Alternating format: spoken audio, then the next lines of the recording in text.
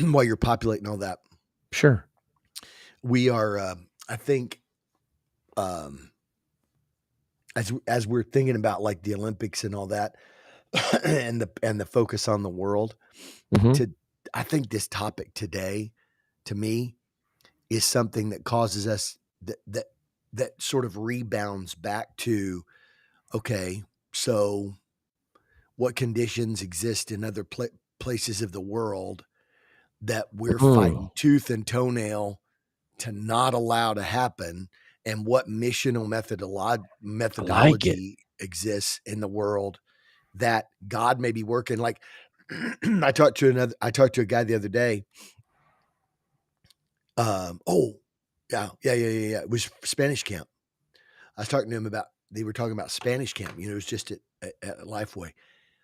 And he said that I mentioned to him that there was a time when I was the NAM director that they were telling us that in South America that there were that it was the exact polar opposite of North America in a pastor to church ratio. In North America, there's 2.5 ministers for every church. In South America, there are 2.5 churches to every pastor. My goodness. And so, and I said, and they told us that 2 out of 3 people, there was a period of time, it's probably back in 2016. In 2016, the worldwide statistics were 2 out of 3 people who received the Holy Spirit every day are from Spanish speaking countries. And so he said, while America is debating the whole immigration thing, and he said, and I believe that he said, we have to be careful. He said, I do believe that there's probably people from Hamas and all kind of terror organizations that are coming through the southern border. So it does need to be secure. But at the same time, if God's pouring into the country, the people group that's, 2 out of 3 people is getting the Holy Ghost. He said, if America's getting a final chance to revival, we better be aware. So it's one of those things where it's like what's existing in places of the world where God's moving and working that is providing that framework for these kinds of things we're talking about today. I love it. I got to go over here. I forgot to get Instagram set up. So give me just a second here. Mm-hmm. I got to get that rolling. All right. No, I think that's going to be a great conversation. We could set off a firestorm and just go nuclear on the Olympics. True. Because nobody's talking about that. Right. Well, and I think it's a good, I think a good way to open it up is to say, the Olympic opening ceremony was a clear demonstration of what feels like a diminishing Christian influence in the world. If you watch the opening ceremony, you could be convinced that the world is increasingly being controlled by hedonistic and demonic forces. And we want to talk about today some data that suggests that actually the enemy, while the enemy's making a big show and it's louder on the polar extremes. Right. It's not necessarily, that wasn't a microcosm. It wasn't a snapshot of what's actually happening religiously in our world today. Come on now. That's what I'm talking about. Let me do Twitter real quick. Get Twitter rolling, and then I think we'll be good to go. Okay. Get that rocking and rolling here.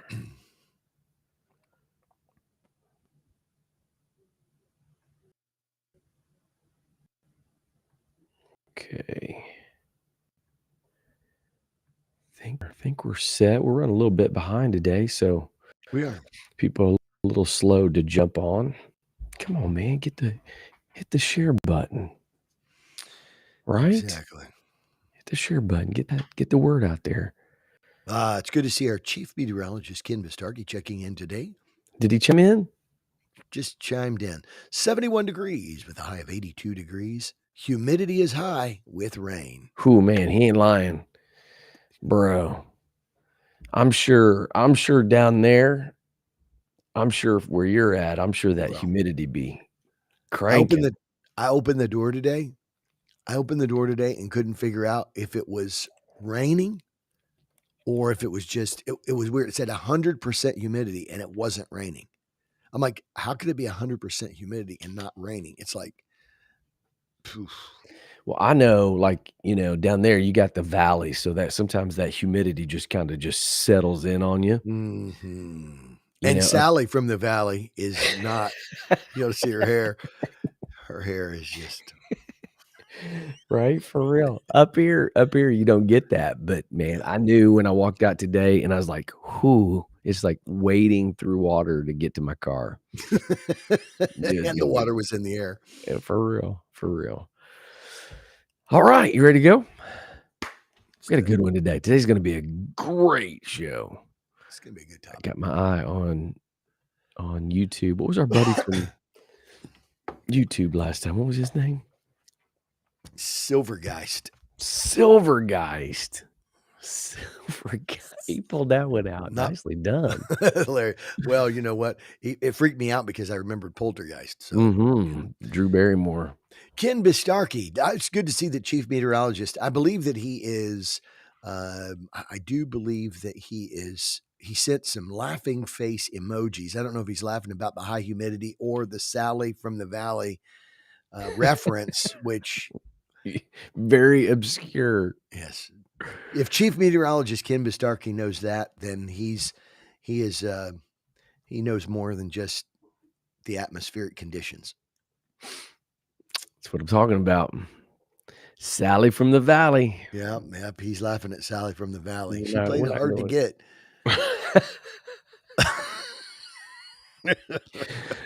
Listen, Uh, you don't get this kinda content just yeah. anywhere. These obscure references. It's Yeah. amazing. It's amazing. Alright, let's rock and roll. Let's do it. Here we go. 3, 2, 1. Hello, everybody. Welcome to the Mobilized Church Podcast. This is Chris Dillingham alongside my big brother Ken Dillingham Jr. the third on this hot and humid July morning. Ken, how's everything going in the Big D? It is going good. It's in fact today I started to put a hat on and like look, I didn't do a thing. I realized when I started looking, that's pretty bad. You know you're either getting old or you just don't care. I put my headset on and I looked at the video, for those of you that are listening to the podcast, like, where's the video, But anyway, we we record live and I looked and I'm like, either my hair is referring to the humidity or I stuck my finger in the light socket or something. I don't know. Whatever. Listen, Whatever. listen. Listen. We don't want to go down this road. We don't want to go down the hair conversation yet Hey, again, but you know, nobody wants to hear your sob stories about true. humidity and hair. John All O. right, People here we complaining about go. having hair. Here we go. Here we Here go, we man. go. Oh, your hair's flying. Okay, buddy. Yep, I feel personally attacked. I always tell my kids that the lowest form of comedy is bald jokes. It's Why true. is it? Why Wha- is it? Hey, you know what? What if people would be like they have the there's commercials these days. Have you seen the new commercials? I'm not It's sure. he's like, well, tell me what the commercial is. I've seen It's some like new commercials. we're Thought you were I'm testing I'm my baiting the prophetic prophetic. gifting there or That's something. right. I'm baiting the prophetic out of you today. It's like they say when the Um, 2 prophets meet each other, they instead of they yeah, say, "I'm fine, how are you?" or "You're fine, how am I?" yeah, exactly. So, it is, I think it's an Eli Lilly commercial, Eli and it's Lilly, their new Indianapolis. it says, Lilly it said Lilly, a medicine company. Mm. But their commercial is obesity. It's an obesity commercial. Have you seen it? Oh, And it no. says, yeah, it said obesity is they're like their tagline is something to the effect of obesity is a health not a condition, but something about it's a health topic. Shame has no part in it, or something like Hmm. that, right? Okay. All So right. so I mean, so how do we get to still do ball jokes? That's what I'm saying, man. Like if you apply the rules to like every group equally, like there's why is it okay to make fun of bald guys? I don't Bro, I, you can yeah. eat your way to obesity and it could be your fault, but you could just get DNA and baldness isn't your fault. I'm not dogging. Well, we're not. Oh man, here we go. No, I'm not We just offended. got community noted or something probably No, now. I'm right. I'm not trying to be offensive. I'm just simply saying that there are contributing factors to baldness that people can't. You just don't have a way to affect that one way or the other. Is all I'm saying. All right. Well, What are we I'll talking take about that. today? What are we talking about today? So today we got a great conversation. It's gonna be awesome. No bald jokes. We're not gonna No, make fun of anybody. right? What about John Hummel? What about fat bald guys?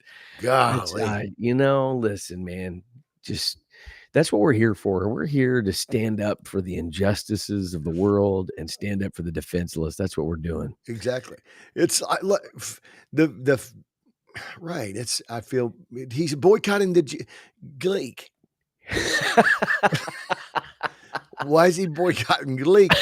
But just because you got a target on your head that can only be seen by a helicopter, why are you? Oh no, here we go. Here we go. No, I don't even John know what. Hummel, brother in the struggle. Hey, listen, don't throw both of us out just like boycott half of it or No, something. exactly. Just Boy, boycott the young guys preaching in the evenings. there you go. There you go. Yeah. Speaking of Gleek, Yes, it's coming before up. we get started, Yeah. so we're recording this on Tuesday morning on July the 30th. So starting tomorrow evening, July 31st, Great Lakes Youth Convention, Fort Wayne, Indiana. It's going to be awesome. Jesse Arthur, Hmm. the great Luke St. Clair Uh-huh. from Anderson, Indiana. Anderson. Landon Gore is going to be there. Ah.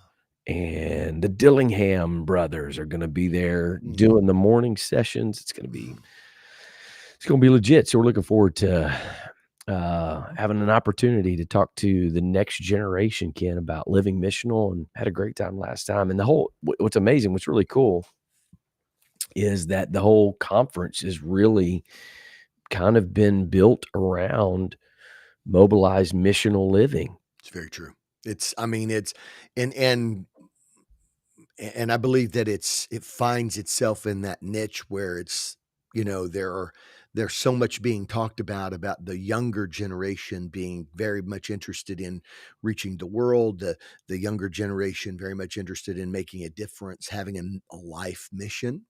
Yeah. And I think that's a big deal, right? Like if the driving force, the driving motivation behind the 15 to 25-year-olds or whatever age group the target would be, if their driving mission is, I want to make a difference, I want my life to count, I'm not worried about how much, I don't want to count my money, I want to count my influence, I don't want to worry about how much I amass over my life, I want to see how much of a difference I can make, then Yeah.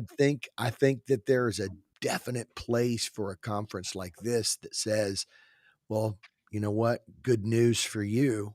Jesus actually has enlisted you in his missional efforts. And so we're talk about how that can become part of their everyday life and how they can make a difference by advancing the kingdom.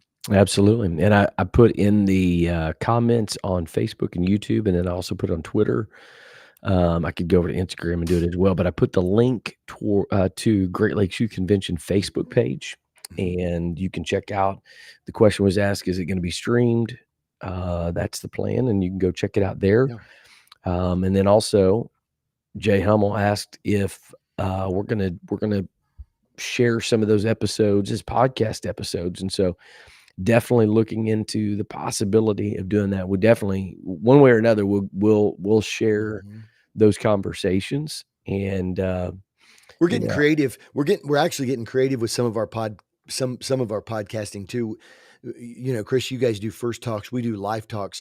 We had we had a live talks last Sunday morning about X groups, and we yeah, brought one of our Gen Z life group or X group leaders yeah, on board, and man, it was such a good conversation. So we've already queued that up to Reese to see how he can edit that and bring that in as a podcast for next Tuesday or next Wednesday. It'll launch so that there's not a blank week for us. And I think there's a lot of stuff that we've got content. We've got content from everywhere that we can for draw from. days, for days. We get content for days. So you mentioned next week we will be out next Tuesday, but we will try to post that conversation. I think that would be a really good uh, thing for people to be able to go check that out. So got a lot happening, a lot going on. If you're able to jump over to Fort Wayne, Indiana, man, come check us out. Come see us. You can Yeah. still register today. I think price did go up today, but you can still do per service. And so we'd love to see you live and in person, or you can check us out, greatlakesuconvention.org. All the information is there. So, all right, ready to rock and roll, Ken? Get Let's into do it. this great conversation today. I think this is going to be awesome. I don't Yep. know if you've heard this or not, Ken, Wow. but right now, Okay. there's this thing happening called the Olympics. Did you know that? When did that start? I How come they don't advertise this stuff? Why can't they so don't get this? there have been so few conversations about the Are you Olympics. kidding me? It's Boy, I tell been you, just how stuff crickets. flies under the radar is astounding to me.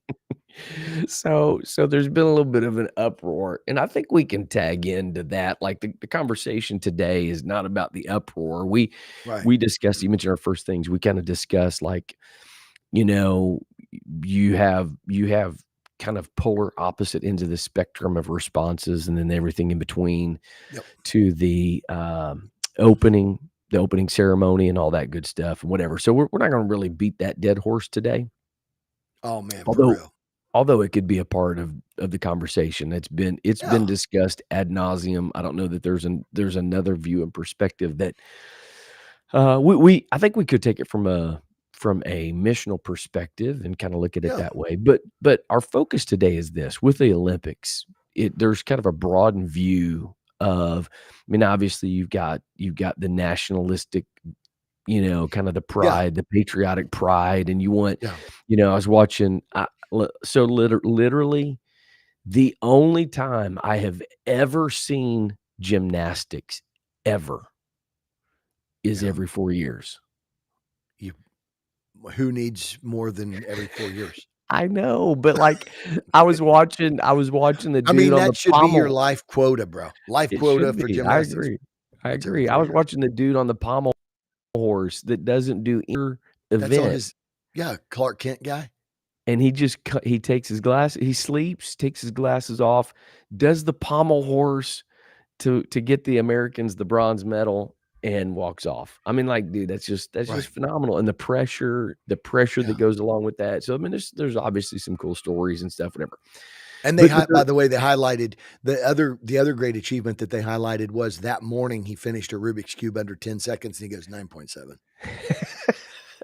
that is amazing. So it's That is interesting. amazing. Just to give you a little bit of nuance to the guy who pulled out the Olympic bronze on the pommel horse versus the Rubik's cube. That's Yeah.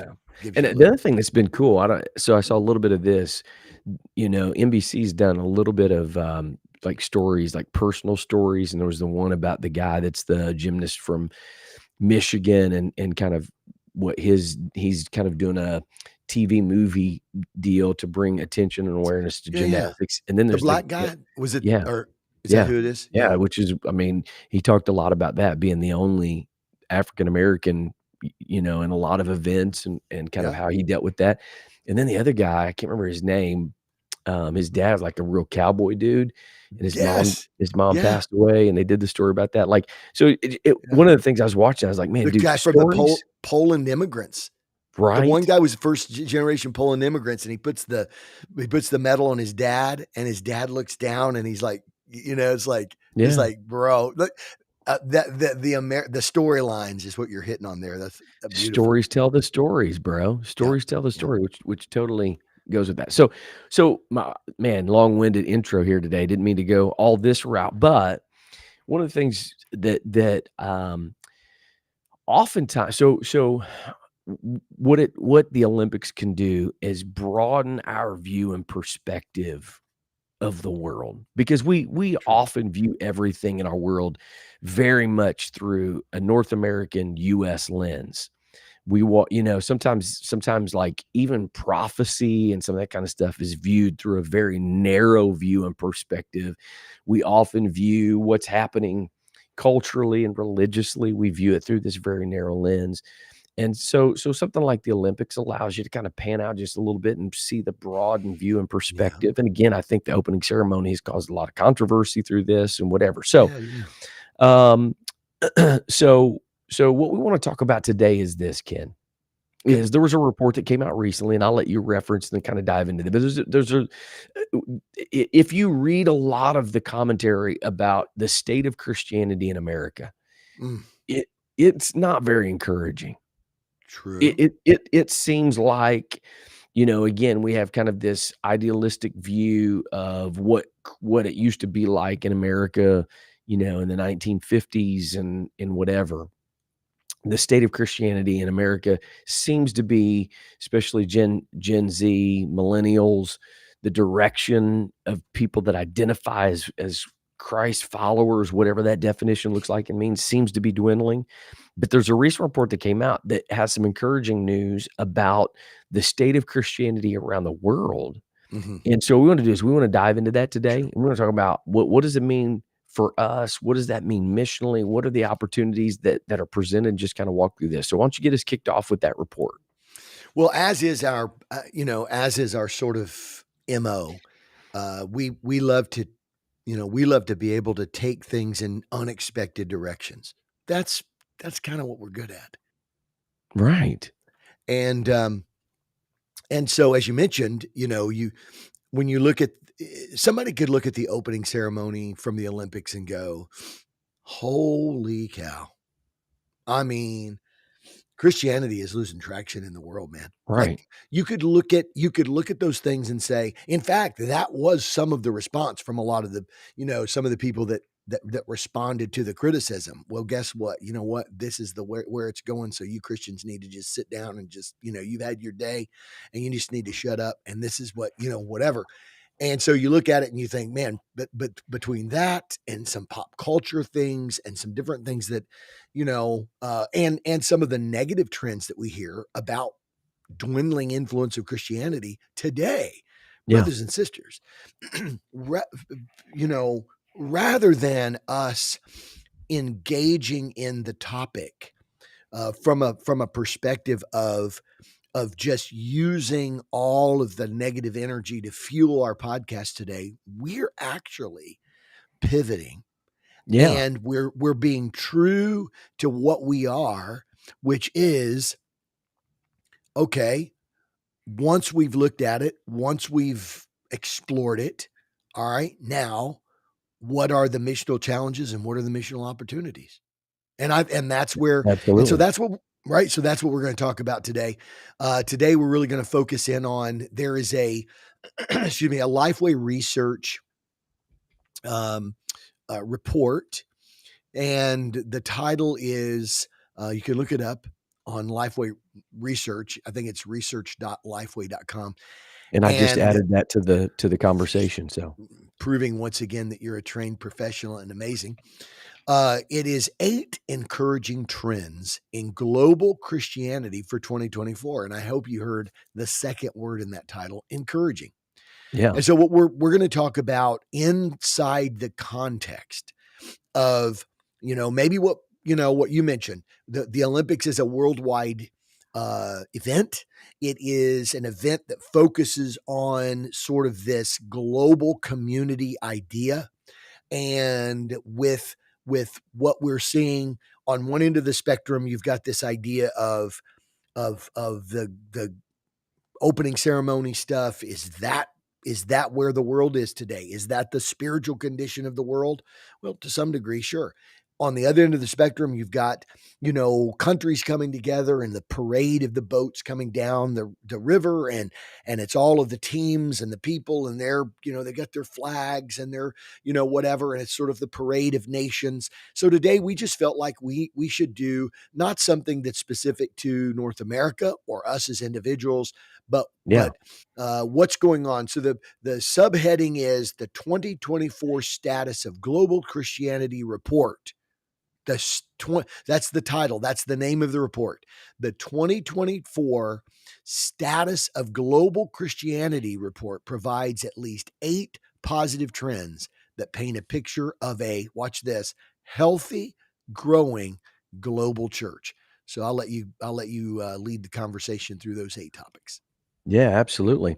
I, again, I think the first one is there are some statistics for these first couple ones that to me are just like kind of mind blowing a little bit, really, when you think Yeah. about it. So the first one, and let me let me tie the first two together. How about that? Sure. We'll tie the So first two so together. there's 8, but you'll only hear 7 in this podcast. Well, I will say 1 and 2, but we'll tie these Okay, okay, together. okay. Gotcha, But gotcha. the premise of the first two basically is that despite what you currently hear, Mhm. particularly as we mentioned, like church attendance in America is declining. People that identify as Christians, particularly younger generations, is rapidly decreasing. The reality is, according to this research, All right. number one is that Christianity is growing, and Uh-huh. and not just growing, Ken, but I think here's an important piece of it. Right. It's not just growing, but it's growing faster than the rate of the population growth, the Bro, birth which rate. which is actually pretty interesting because that is something that I often quote, that Right. I quote that in North America, the church growth rate is being outpaced by the birth rate, which means we're not even keeping up with the children that are born. Which again, I think highlights, Chris, as you mentioned this. I think it highlights also that we need to recognize as American Christians that the kingdom of God is a global thing. That the Bible says that Yes. before that the whole world will hear before the return of the Lord. So God's not just interested in North America or, it's not like this is the center of worldwide Christianity. We're learning. I believe that this, just something I want to highlight that's not going to be pointed out in Yeah. these 8 things, is that I think what we're pointing out is that God's universal global church Yeah. is not hurting.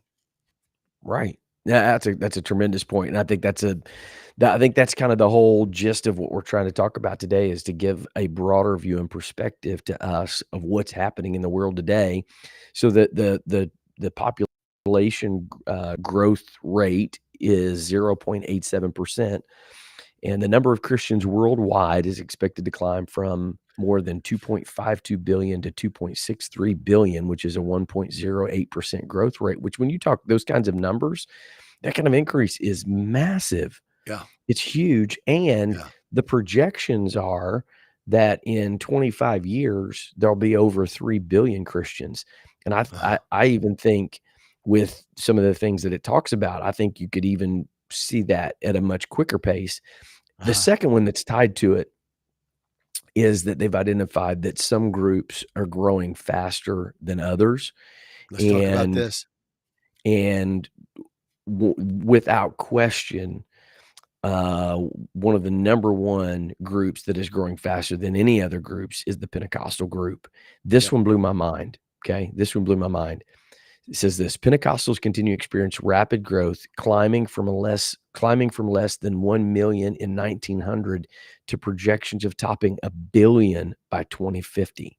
Think Bro. about that. From a when you, million to a billion in 150 years.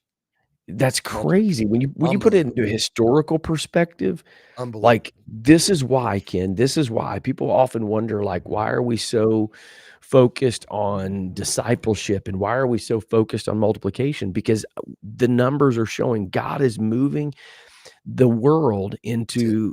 into Book of Acts apostolic revival. And what we want to kind of hit on through this are there some things that are happening in some of those places that are experiencing multiplication Mm. that we need to really evaluate and analyze? If it's happening there, are there some things maybe that they have that we don't in American Christianity? And what are some things we need to do to get ourselves in a position to be a part of this explosive, crazy explosive growth that's happening in Pentecostalism worldwide? Yeah, and, what's interesting is in most of these, and I haven't been able to see sort of the inner mechanisms of this, research, but in most of these researches, they lump all evangelicals, Mhm. into one group, and then they separate them out, Baptists, Sure. Pentecostals, blah, blah, blah, blah.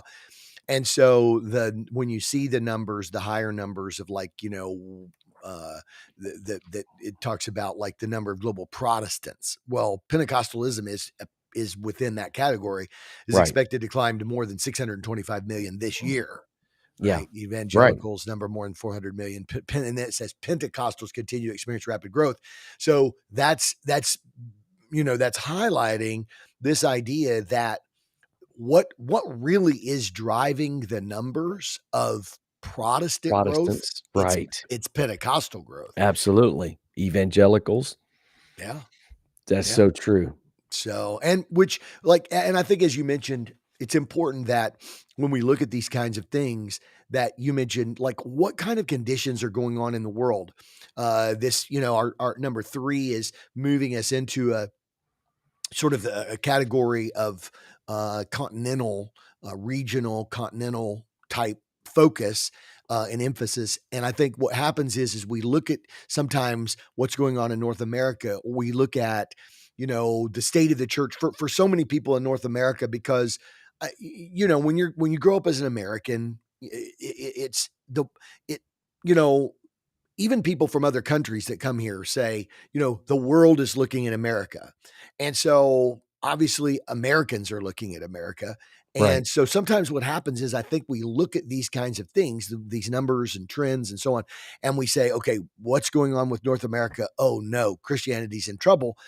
And I think that what we are seeing in some of these numbers and projections, and particularly looking at other places around the world, it gives us the ability to look at these things and say, what are the conditions there? What are the conditions that are cultivating this kind of really, really incredible growth?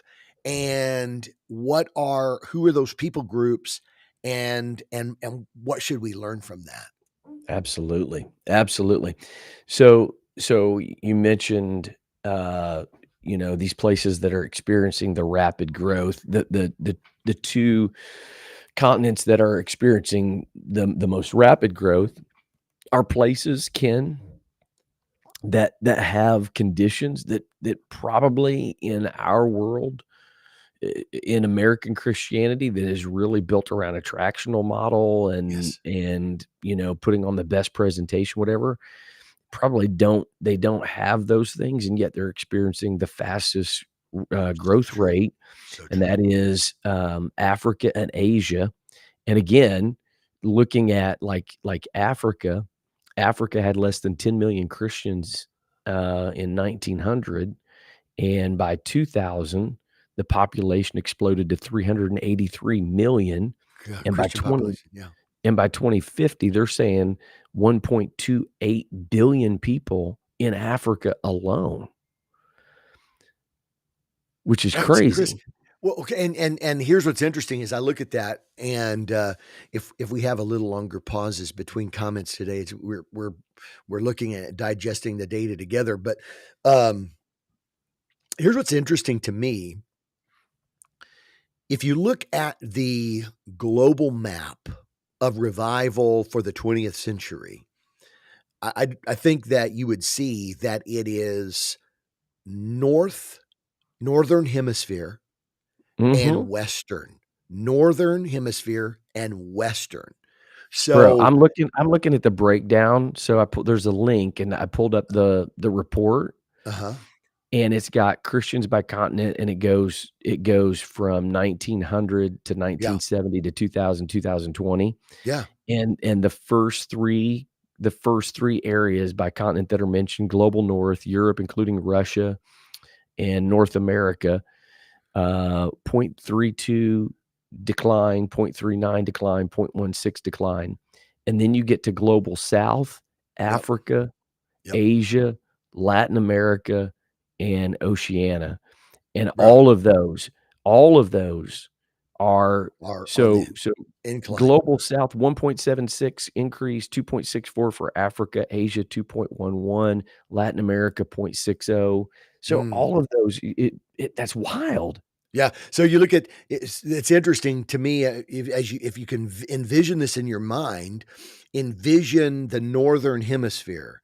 For many, many years, the the historical influence of the world came from the northern hemisphere and western northern hemisphere, right? From Mhm, Western Europe to the United States. So you think about, man, you think about what controlled the world. It was the northern and western hemisphere. mhm, Is that crazy? That mhm. could, like, when I'm saying controlled the world, I'm not just talking about Christianity. I'm talking about the decisions that were made that influenced everything from commerce to industry to politics to culture was Yeah, all northern hemisphere, Europe around to over to and then of course obviously in the 20th century, particularly the mid 20th century, almost exclusively emphasized on the United States. So northern, now we're seeing southern hemisphere and east, right? yeah, Southern and east. And the question then becomes, if those are the places that God is moving, or that his spirit is showing up in powerful ways, and the church is advancing in those places, then could it be said that what's going to lose influence in the years to come are going to be those places in the northern hemisphere and western civilization, and what's going to gain influence is going to be the southern hemisphere and eastern part of civilization? It's because they don't have, you mentioned the attractional, but also the commerce, the industry, the, whatever. What would happen if these are the countries that begin to gain influence and prosperity and whatever? Because you find that where Christianity is adopted in any culture, in any civilization, there is an increase of quality of life. There's an yeah, increase of prosperity. So, I don't know. It's just something to point out that says there is a dynamic of hope that comes from some of these numbers.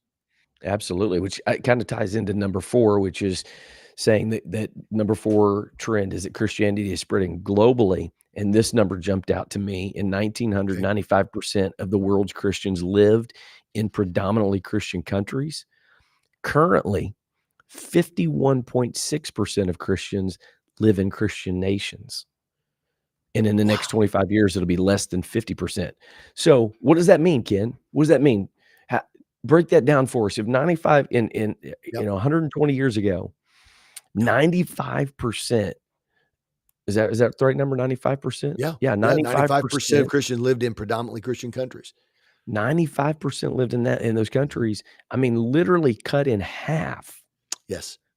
Yeah. in Yeah. 120 years. So, Yeah. what does that mean? What does that say to us? What are some things that we should take away from that?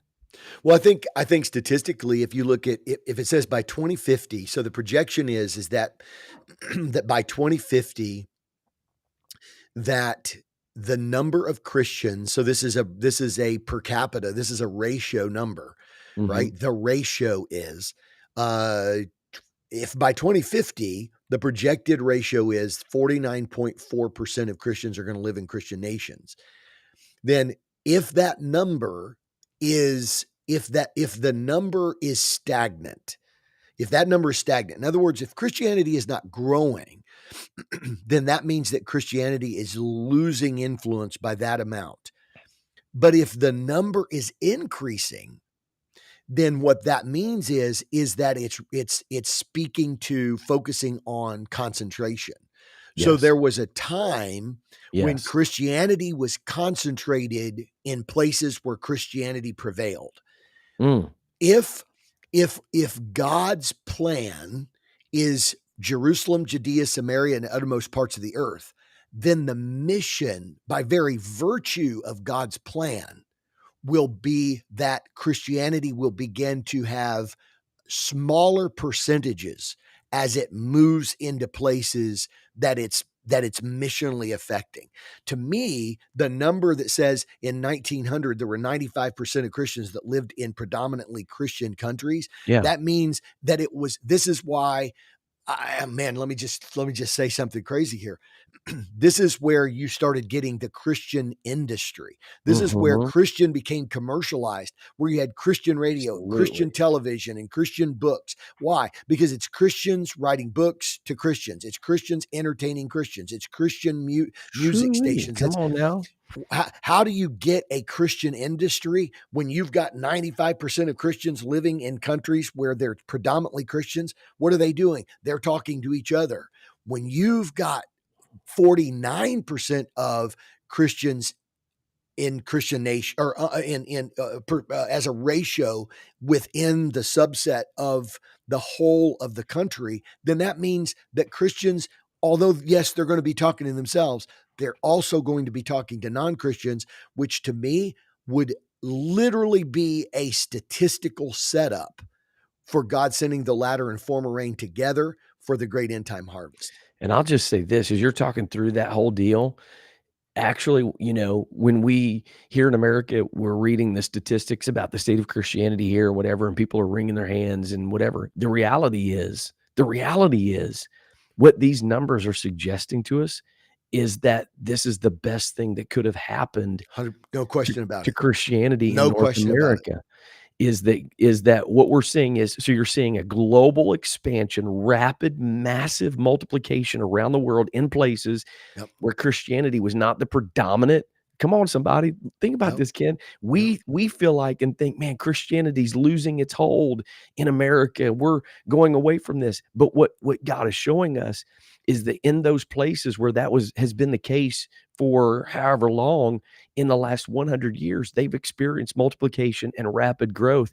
So instead of crying about the death of the church in America, what if we looked at it and said, no, God is just positioning us where in a place where Christianity is not predominantly the culture of that nation, you can not only can you, but it's showing us that if you'll be missional, you will experience multiplication revival. Bro, this is encouraging news. Big time. Yeah, there was years ago, there was a book and it was Out of the Salt Shaker or something like that. Mhm. Um and really the idea was that for the salt to do anything, it's got to get out of the salt shaker. A salt shaker is where the salt is concentrated. And if you want, salt has a purpose, and the purpose is for salt to engage with food, right? Yeah. And this is obviously a image that Jesus used. If the salt has lost its savor, I think the other piece is so there's two ways that salt can be ineffective. That either A, it loses its savor, right? Or B, it loses its influence, or it loses its Mhm. it stays among itself. Right. Salt, so if Right. salt stays in the salt shaker, it's perfectly salt, but it's not doing what it's called to do. So there's two ways that salt can lose its effectiveness. Either A, it loses its savor, or B, it loses its capacity to show up where it's needed. And so To me, when we look at, the fact that Christianity worldwide is becoming, is growing, its influence is growing, but its ratio or percentage of the total population is diminishing. That just simply looks to me like what Jesus said when he said the kingdom of God is like a woman who hid leaven in 3 measures of meal.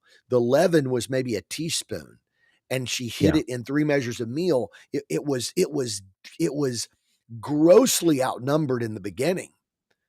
But Jesus Yeah. is, but he says it was like he said, "What shall I like in the kingdom of God? It's like leaven that a woman hid in 3 measures of meal, or enfolded into 3 measures of meal, and she kneaded it until the whole lump was leavened." And Yeah. that was Jesus's plan. Jesus's plan was never to have an overwhelming concentration. It was always that the influence could not be resisted.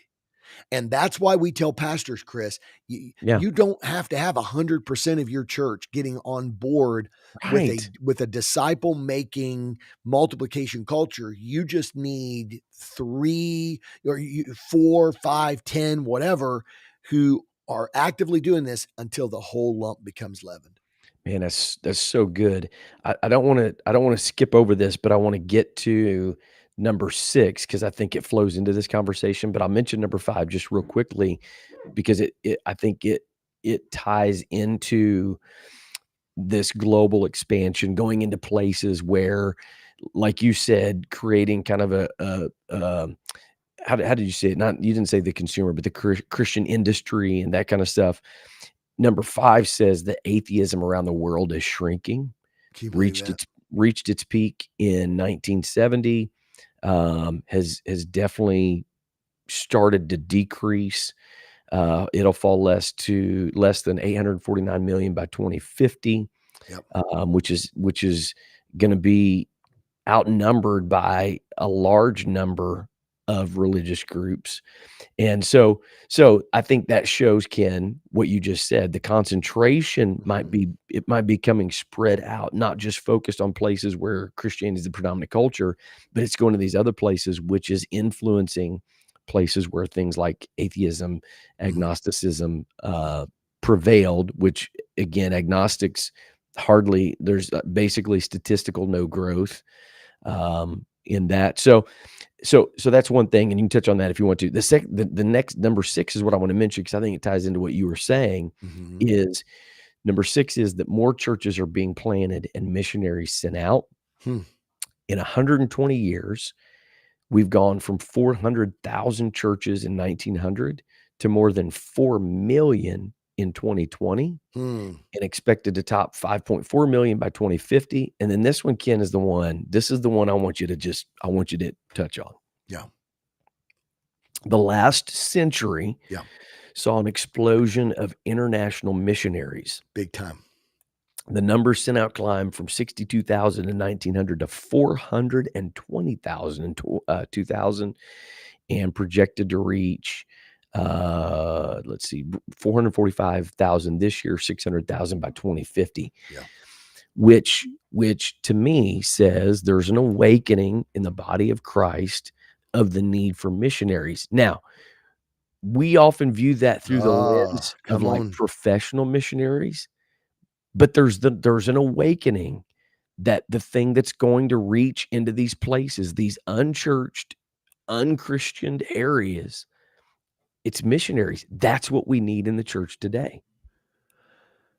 Man, that's so powerful. So let me hit both of those. Yeah, Um, First, here's the thing that jumps out at me when we read those numbers about atheism is shrinking. yeah, There's, I don't, if you met a person, did a man on the street interview, and you said to whoever you want to meet out in public, out on the sidewalk, go to the mall, whatever, take your phone and do a man on the street interview and ask the question: do you believe that atheism and agnosticism is growing or shrinking worldwide?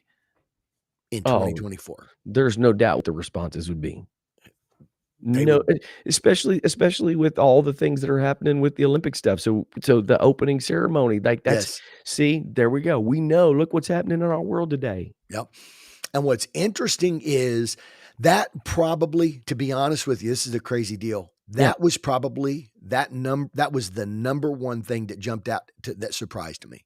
Yeah. I, Yeah, I wasn't absolutely. s- I wasn't surprised by the fastest growing Protestant group being Yeah. Pentecostalism. I wasn't surprised with the move of Christian success moving from northern and western hemisphere to southern and eastern. Yeah. A lot of the things that we've talked about, I haven't been, mildly surprised by some of the things.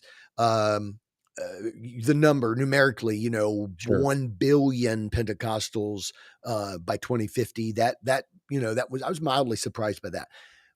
The thing that I was most surprised by was the atheism and agnosticism, because it would feel like that's been the devil's emphasis. Yeah. Like, what has the enemy worked the hardest over the last 50 years in the 20th century, from like 1950 to 2000? Chris, you and I were educated in what I would call the sweet spot of Mhm. secularism. I Yeah. believe we were educated in high school in the sweet spot of relativism, Yeah. moral relativism, Yeah. subjectivism, uh, and for us, we were in that generation that watched the world go from, well, Christianity is the predominant religion, but don't push your just personal, private, whatever.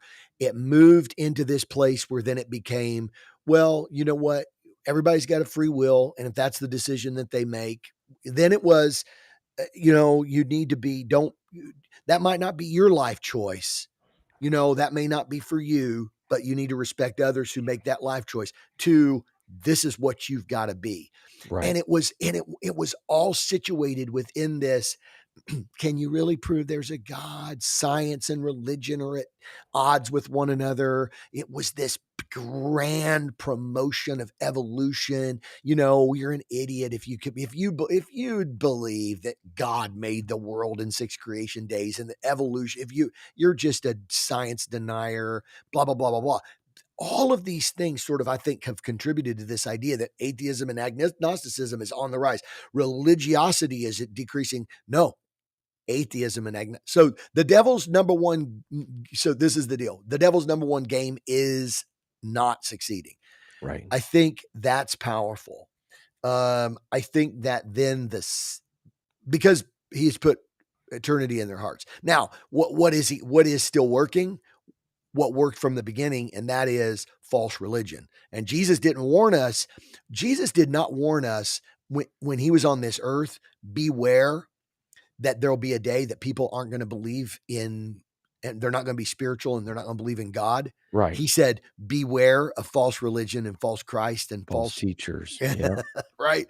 So Absolutely. anyway, but the missionary question is, I believe, related to the population ratio question.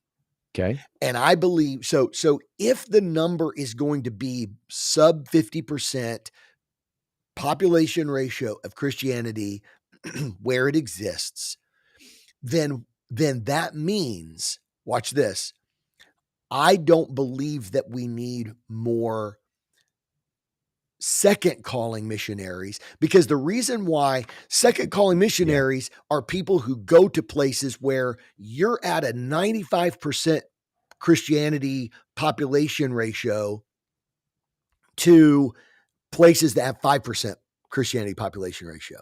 Yeah. Who's I sending said it? I said professional, and that's probably not the best term, but that second Oh, calling is what I was referring yeah, to. yeah, Like, right. their profession is missionary, not Exactly. it's part of their calling, obviously, but their profession is missionary. 100%. Second calling is a better way to say that, so Yeah. 100%. So who when we think of the classic kind of missionary mindset, that is a person's coming from a predominantly Christian place to a predominantly non-Christian place. Well, if Christianity is spreading worldwide, globally, to the point that the numbers of the ratio is reducing, and yet the total number of Christianity is very much on the rise, then the point then is that we probably don't need to really focus on, man, we need to be pumping out. I mean, yeah, I think we still need people that are going to these places that Yeah. are helping lead the Christian movement. I believe what it points to is, okay, now what we need is that 49% of people need to understand that everybody has a first calling as a missionary.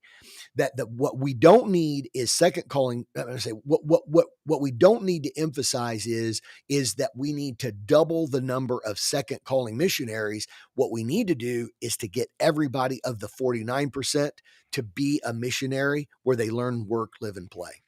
Here's 100%. Here's what jumped out to me with that is even with that massive increase in missionaries and missionary presence, that doesn't explain the explosive growth just by the massive growth of the That's a good number point. of secondary missionaries.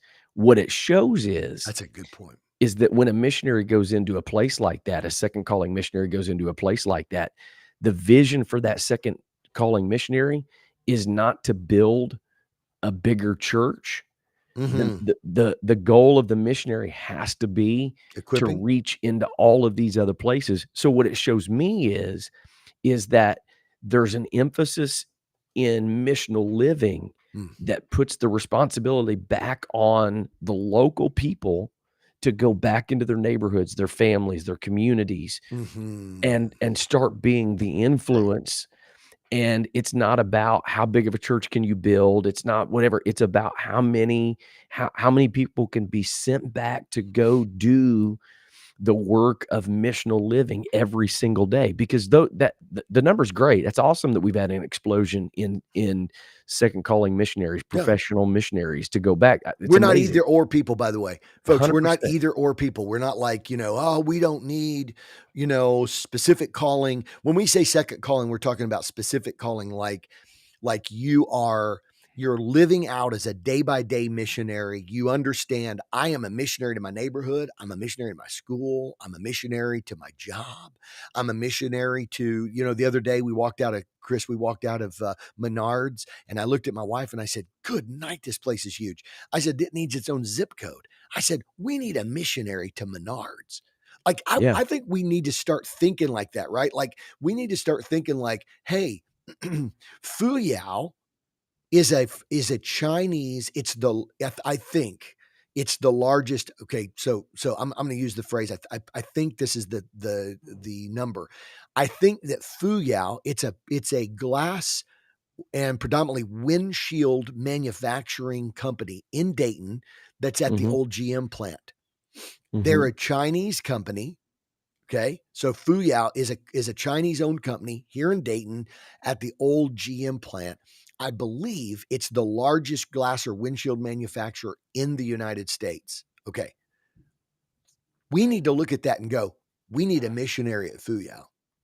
Yeah, We need a missionary that, because of the number one, because there's so many people working there, it's a microcosm, it's an oikos, right? sure. Just like we got a young lady getting ready to go to Moldova. Just like Moldova is an oikos that's separated by a geographic boundary, the people that work at Fuya are separated by a work week and a location where they work and a joint life that they live together. It's a community of people based upon their vocation. Yeah, So we need a missionary to Fuyao, and that would reach into potentially these people that are a part of communist China. That is at least an access. It's not like an access denied country, but it is definitely an access challenged country. And so Chris, what you're talking about, I think this is huge, because when we talk about specific calling missionaries, we're not either or. We're not yeah. saying, oh well, we don't need more missionaries to, go to Moldova.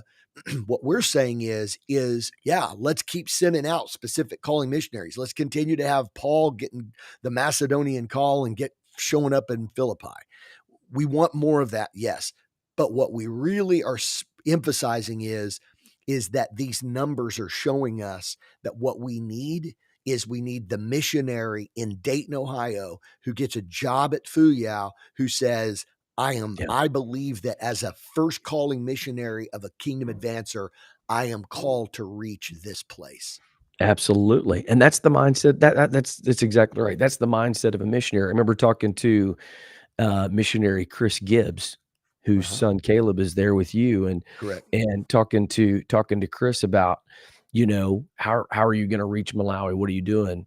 And I mean, the training was you take believers and you invest and you pour into them, and then the expectation, the expectation, Ken, was you go back to your community, you go back to your neighborhood, and I've used this so many times, but I remember driving through Blantyre, Malawi, and we're driving through the city, and, like, literally every 3 blocks, Yeah. Missionary Gibbs was like, "Hey, you remember you met brother so and so? This is where he lives, and he's got a group here," and drive a Yep. couple more blocks, and remember and, Yep. like, that is the expectation, and I think one of the greatest hindrance in Western culture has been, kind of the move from ecclesia to kirka, right? To from gathering of wherever you're at for the purpose to building centric, Mm-hmm. Christianity. Yeah. The key is when those called missionaries go over those places, Mm-hmm. they understand that my job is to invest and to pour into the local people to send them back into the places where they have influence to be the light. That's why, Ken, this is why we do what we do. That Yeah. we're pushing to make the reality is America is not the predominantly Christian nation that it was in 1950, and it's rapidly heading towards these places that is postmodern, post-Christian, whatever you want to call it. What's going to reach them is the same thing that's causing multiplication in these other places, which is missionaries living on mission every single day where they learn, live, work, and play. That's why we're so passionate about this. So true, dude. You know, and I think that what happens too is it demonstrates also the lack of versatility, flexibility, scalability, contextualizability, Mhm. reproducibility that exists when we talk about the institutional church. Anywhere where the church, when you've got 95% Christianity, boy, this is an unexpected component of our conversation today. Yeah. I didn't expect it to go this way, but I feel just the nudging of the Lord, Yeah. and it's not. I think probably the nudging of the Lord to bring out of us the stuff that we've talked about, and a lot of those that have been with us are our tried and faithful listeners, know that we talk about this kind of thing. But when you've got 95% concentration of Christianity, I mentioned earlier, Christianity becomes sort of an industry. You have the Christian industry. You've got Christian bookstores. You've got the industry of book writing and Christian music and Christian Worship, yeah. Yeah, television and worship. all of it, right, Yeah. and that is an institutional response to the fact that if you've got 95% concentration, then basically wherever you plop down, Yeah. you're in the middle of potential consumers. Right. It's funny that we're living in a day where there was a period of time where Yeah. Starbucks could basically plop a Starbucks down anywhere and have immediate consumers. They could plop a Starbucks in a Target, for crying out loud, a Starbucks in Kroger.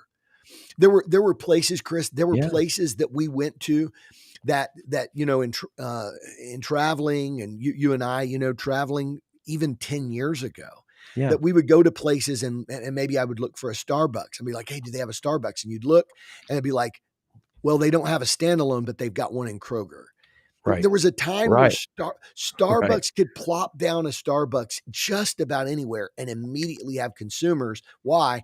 Because they'd saturated the market. when Christianity has a saturated market, it will automatically go to Man, that's such a good point. it'll automatically go to less flexible, more rigid expressions that satisfy, right? What does Starbucks do? Starbucks in the early days had a market share and they went into flexible places. They Mhm. went in, God, bro, this is so crazy. Thank you, Jesus. They went into places that aren't their native place. Kroger Yeah. is not a native Starbucks place. Yeah. Kroger sells coffee. Kroger sells their own coffee. Like Right. Kroger owns Right. their own Right. brand of coffee. And yet here goes Starbucks and they set up a Starbucks store inside the Kroger, or they set up inside a Target. That to me is an example of a very flexible, organic expression. But then Yeah. what does Starbucks start doing as they start growing? They begin to increase their brick and mortar stores. Mhm. It's exactly what Christianity did. And so Man, when that's we start wild, bro. when we start talking about institutional, like when we start talking about the institutional church, we're not saying in a pejorative way. We're Right. saying the institutional versus movemental church is the difference between brick and steeple versus anointed people. Yeah. What is the institutional versus the movemental church? It's the difference between the brick and steeple versus anointed people. Anointed people are fast and flexible and they can show up anywhere. They can show up in a home, they can show up at work, they can show up they're everywhere you can go. Just like Starbucks could show up in places like, oh my word, they just put a Starbucks in Target down here. Before it ever showed up, it starts showing up in unexpected places. And that is New Testament Christianity. So what we're saying is that in North America, how did Christianity begin to lose its influence? It began to tailor itself to the consumer model and it created brick and mortar expressions, brick Yeah. and steeple expressions. And but the places where there's less brick and mortar and brick and steeple expressions, there's anointed people expressions. And those are the places that Christianity is growing. That's exactly right. Man, what a great conversation. We totally did not plan on kinda getting to that, but it's amazing how it's moved to that. Just real quickly, I know we're up against the clock. The last 2 real quick. Number 7, fewer people are without access to the gospel. In 1900, more than half the world did not have access to the gospel. Currently, it's about 27.8%, which is still Yeah. kind of a little bit of a mind-boggling high number when you consider how many people that represents. Close to 30% still don't have access to the Well, gospel. 30% of 8 billion is what? 2.7 billion don't have Yeah, access to the gospel. yeah, exactly, Wow. which is crazy.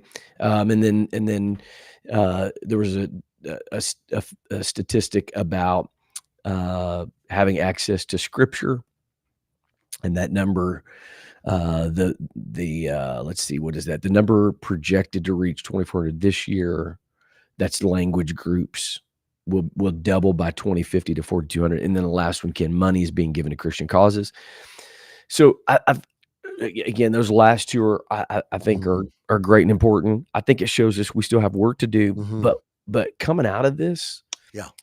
man, coming out of this conversation, I am more encouraged today Faith, people. than Faith. I have ever been in my entire life, because and here's what it does, okay? Not that it's reinforcing what we're doing, but what it does for me, Ken, is it just reinforces the leading of his spirit and where he's leading the church. And while many are doing everything they can to try to preserve and protect what we have known as the American church for so long, they feel like that, man, we're losing our grip, it's falling apart and whatever. When in reality, what we're seeing is the place where God is leading us to, which is what Mhm. you said, Mhm. less brick and mortar focus, less consumeristic focused, more of us being missionaries and sending out people as their primary calling to live on mission in their workplace. Mhm. What was the company called? Fuyao or Fuyao. Fuyao? going into those places and being that expression of a missionary in those Right. places, Yeah. that's what's leading to an explosion of revival around our world. Mhm. Is it possible that the only reason we haven't experienced in Western culture in the last really, 50 years is because uh, we've gathered all of the Christians into one place, and then they go live lives separate from their mission and their purpose. They go work jobs and whatever, but it's never about what is God's calling on me to be an influence in my community. Mm. What God is leading us to. This is what I take away from this. What God is leading us to Mhm. is, man, when we get people that understand their primary calling Yeah. is to be an everyday missionary, the inevitable end of that is what we all desire to see, and that 100%. is God reaching into people and places that we think maybe are even impossible, and God does it. Chris, at the end of the day, if you the numbers that we're talking about statistically, particularly when we focus on geographic regions, continents of the world, as we've discussed, the northern and western hemisphere, the southern and the eastern hemisphere, and we can be encouraged, like we can be encouraged over the fact that there's growing global emphasis, growing global success, and the Mhm, kingdom of God is global. mhm. At the same time, people might look at that and say, wow, does that mean that, the United States of America is going to experience like another dark age? Are we going to experience, is the United States going to turn into like religious Europe?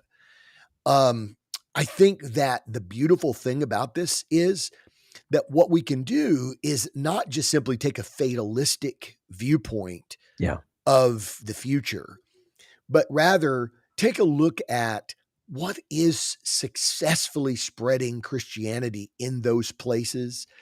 It's not just the conditions. It's not just the fact that, well, they don't have anything else. They don't have education. They don't have, it's not that. Right.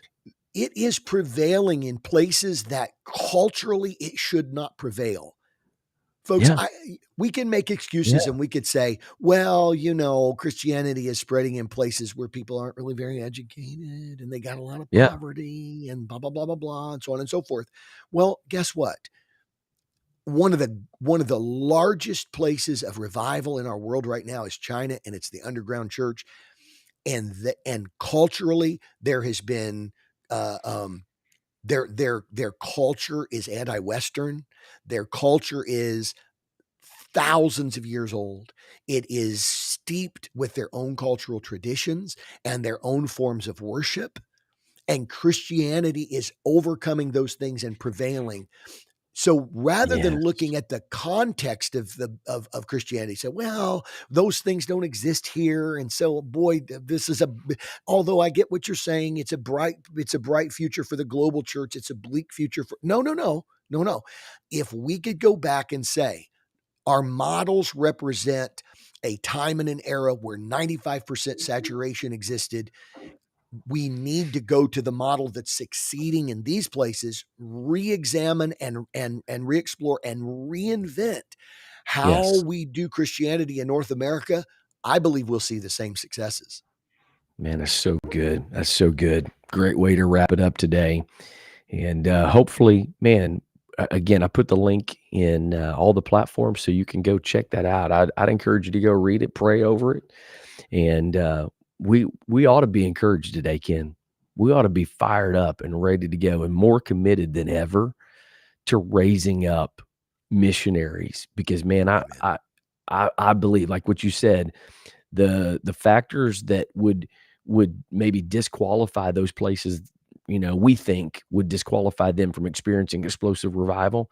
It's not disqualifying them. The things that we think would disqualify us from experiencing that are just obstacles that, if we'll get back to God's methodology, it will do what it always does, which is That's it. people will experience the power of God. They'll be transformed, and it will spread into all those places. So, man, what a 100%. great conversation today. So encouraging. We hope everybody enjoyed this. Man, share it. Get the word out. Share it with people. Share it with with people around you. Get them excited about what God is doing in our world today. All is not lost, despite what you've read on social media the last week about the Olympics and everything else.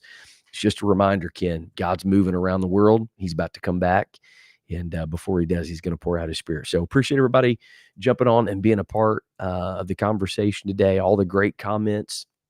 We had a lot to go through. We didn't get to a lot of comments today, but And John Hummel, by the way, says he's no longer he's withdrawing his boycott of GLICS. I appreciate that. He's no longer boycotting Gleek, so we appreciate that. So check that out. We are gone next Tuesday. Yes. But we will hope we'll try to make sure that we get that posted. The conversation you had about X groups in your live talks, we'll get that posted on our page. And so check us out. Great Lakes Youth Convention this week, greatlakesyouthconvention.org. We will be gone next Tuesday, but we'll be back the following week. And we look forward to seeing you then. Until then, go live mobilized. God bless.